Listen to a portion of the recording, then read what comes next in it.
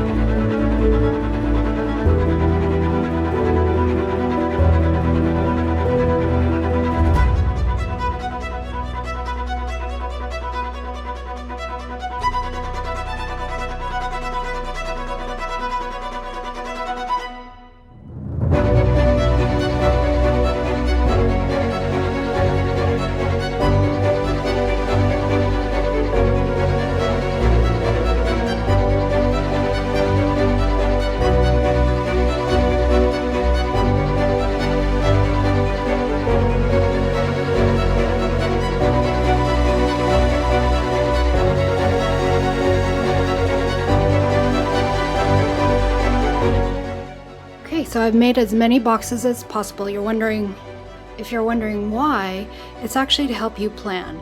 So I've partially decorated the cookie box, and just to motivate myself, but also to give myself an idea that I know I want to build this French chateau or this French hotel.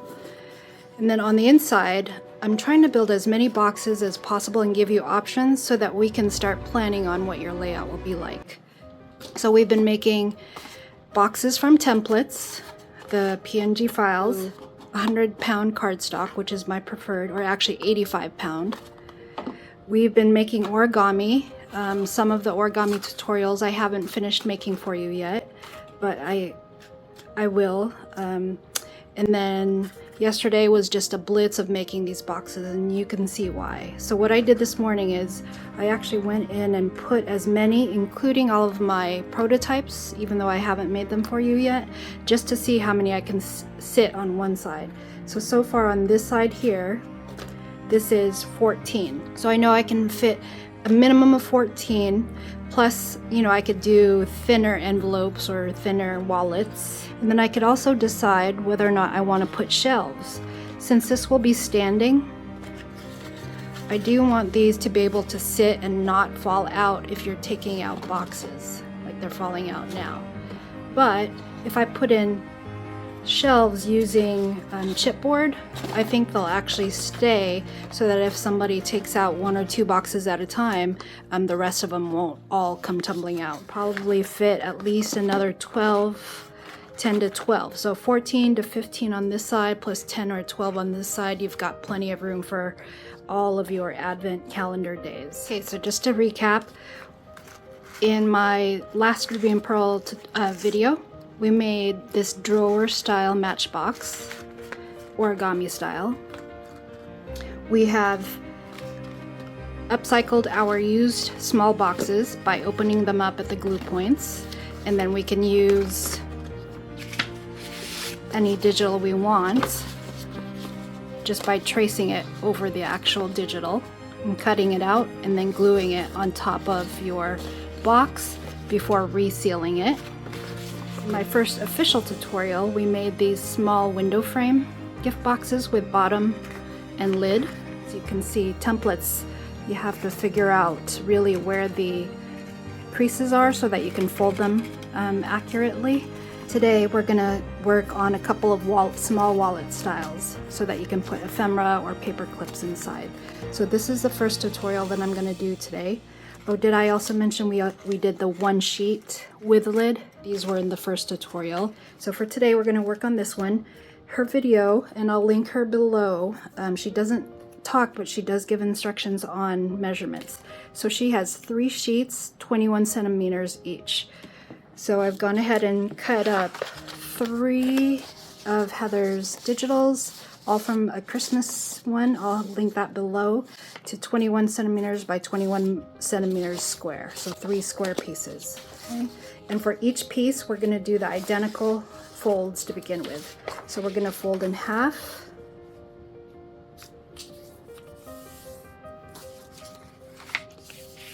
A vertical fold half. Actually, it doesn't matter since it's a square. And then we're going to bring each of the 2 sides to that center fold.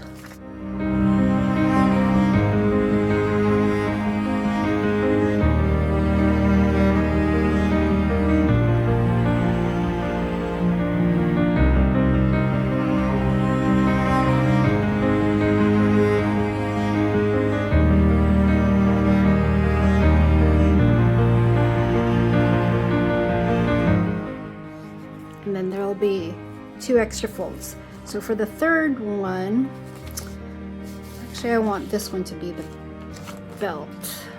Yeah, I'll do this one as the belt. For the third piece, I'm going to do 2 extra folds. So this is now your new center line. I'm going to bring each side to that center. Looks like this.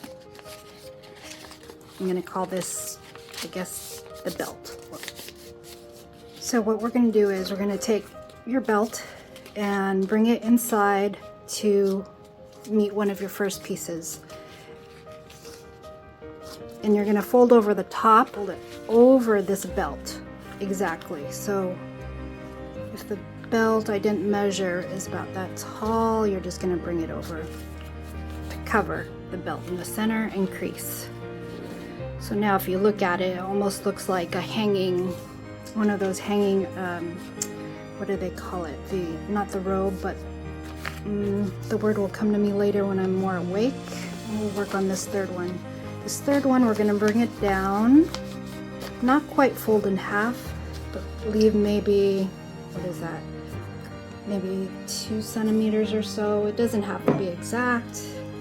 Yeah, let's just call it 2 centimeters. I'll give it about a 2 centimeter lip to expose some of the pattern on the bottom. Crease.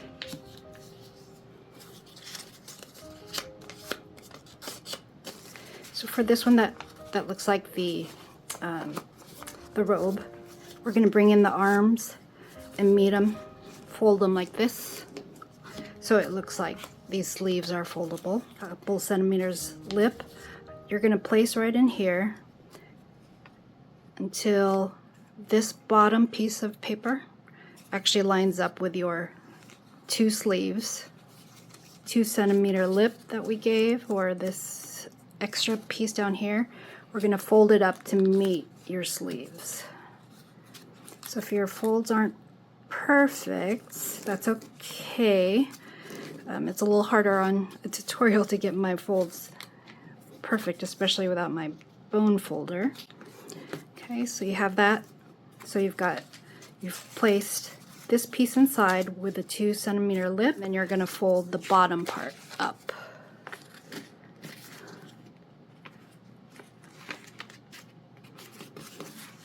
There we go, that's a lot better. So this is where bone folder and making sharp creases again is really important for origami.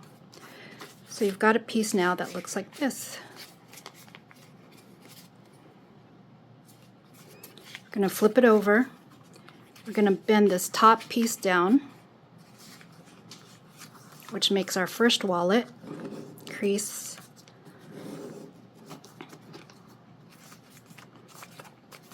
Then for this extra flap here, we're going to fold it and tuck it inside these sleeves. So right there. So I'm going to give it a fold just to give it a crease line up here. And then we're going to tuck it in to these sleeves here.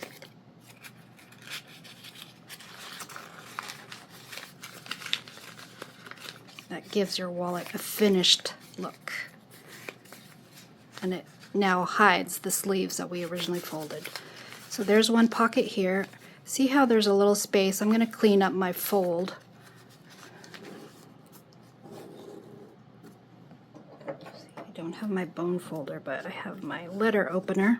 Try to tuck that in again and see if I could get a tighter fit.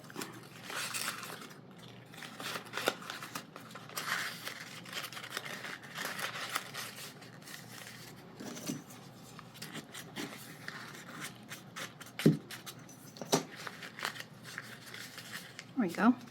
Okay. Now you have a wallet, a Ruby&Pearlxo wallet. You could probably sell these. One pocket, you could put in some ephemera, paper clips. These are just extra windows for the Chateau so I don't lose them. And then on the other side, you could put a secret little note.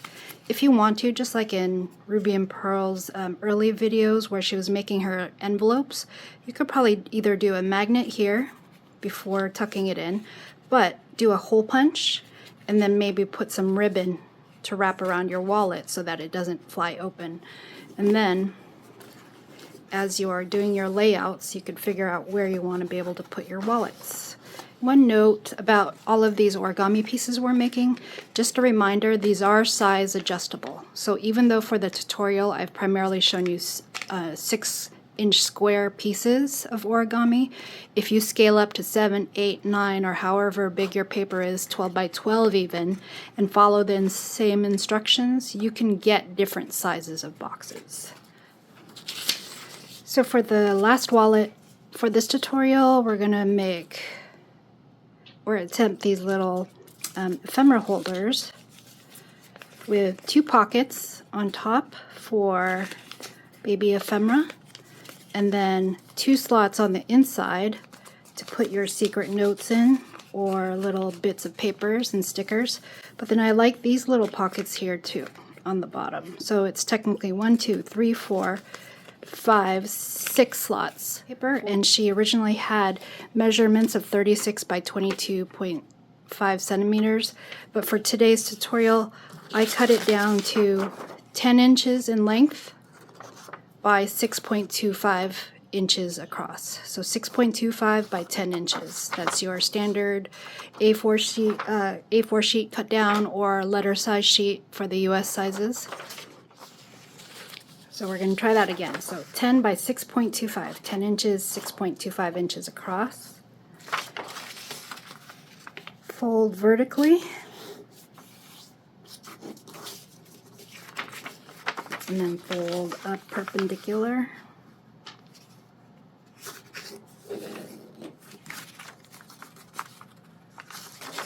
I'm going to make our airplane points.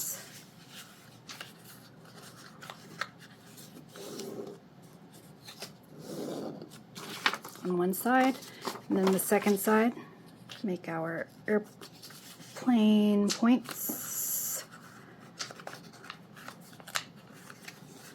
as close as possible.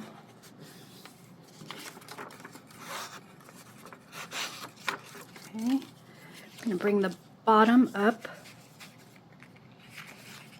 so we form a perfect triangle. Edges as possible. I'm gonna fold our tip where that crease line originally was. So use that crease to fold over, bend the tip of your triangle, tuck the tip of that triangle in, hard crease. Okay, bring the top triangle down. And get as clean edges as you can to make almost like an envelope, so it looks like an envelope. Okay, flip that over. It's a pretty side, and fold up about a third to make a nice straight angle, half of a diamond or half of a square. Turn this side over. Do the same thing.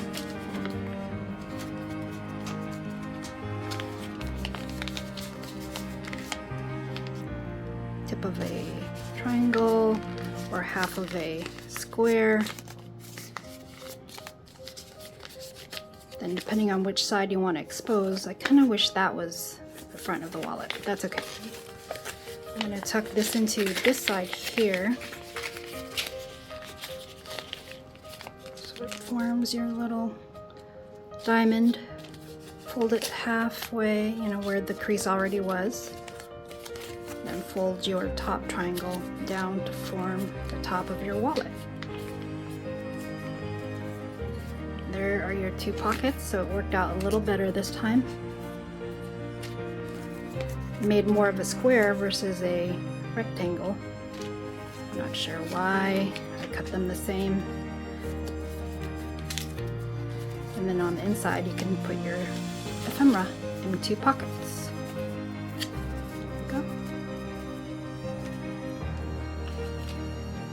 So a couple of wallet styles. Larger one, using 3 sheets of 21 centimeters each. Smaller one, this one I did cut it down to 10 inches by 6.25 inches. These were the same sizes, so you'll see the shapes are slightly different based on how I made the folds. The next tutorial we're going to make a book. This one's a little bit harder, so it'll probably be just one video for this one. But hopefully that gives you enough to really start planning out your advent calendar and how you're going to fill it.